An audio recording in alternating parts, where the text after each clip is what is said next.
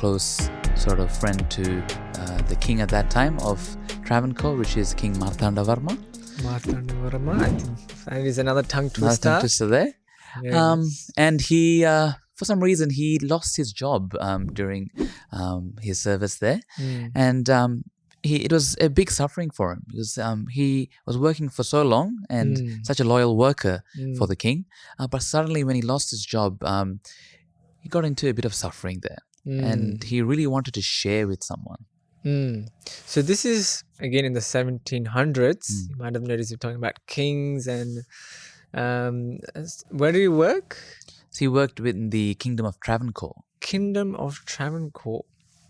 Wow. Okay.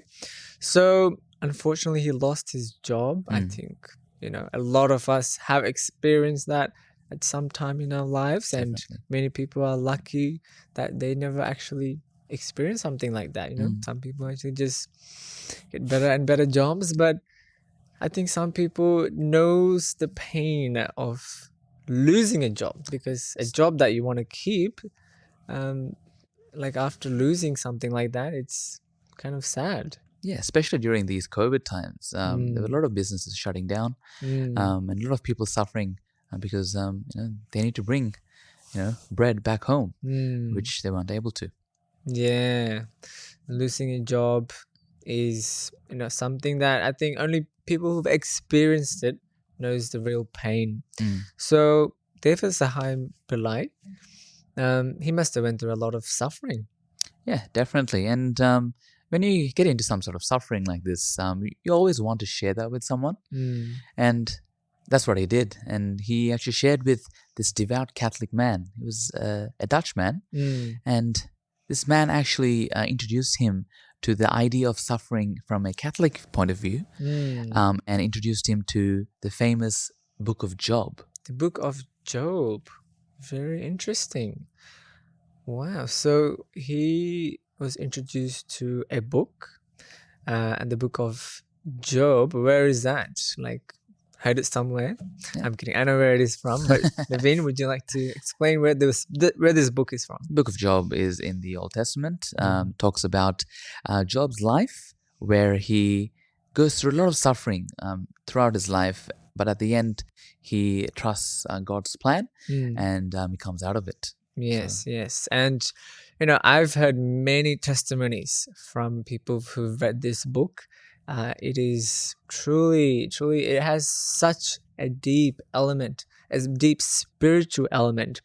This man, Job, it's basically the conversation he has with God and the persecution Job goes through. And it's not even a physical persecution, it's a mental persecution, which I think is the kind of persecution that we go through in the modern age. Because, I think compared to the previous days or the olden days, you can say, I think today's persecution is more mental than physical. Yeah, so he read the Book of Job. Yeah. And what happened? And he was inspired by it, like, as you said, as many people did. And he decided to be converted into Catholicism. Wow. So by reading this book, he had an encounter. Definitely. And that's only through an encounter that you're able to have that conversion in your life. Exactly. I don't think anyone would convert from one religion to another without a truly intense experience. So he must have experienced God, Jesus Christ, because 1700s is, when the church was established, the faith is much spread and, it's out there. The good news is out there. So this Catholic man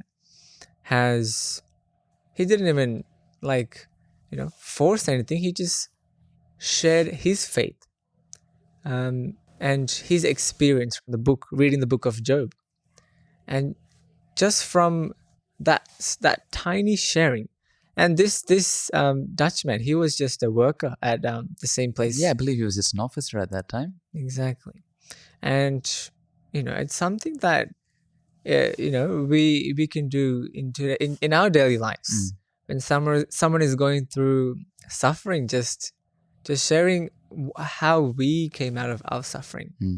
And I myself been through a lot of suffering, and I know everyone has their own problems. Absolutely. Yeah. And it's not like someone else is better off than us, because at the end of the day, like everyone just has a problem. And I may be speaking from personal experience, but like, would you agree? I think it's really important to not compare the sort of struggles that people are going through their lives. Exactly. Because for each person, it is big for them. So being able to overcome that and sharing stories of that and sharing testimonies of that is, it's such an amazing thing to do. Exactly. And just listening, I think, is such an important part. Just listening to their stories, because even though you may not be able to connect, because again, like we said, everyone's problem is different, can't really compare.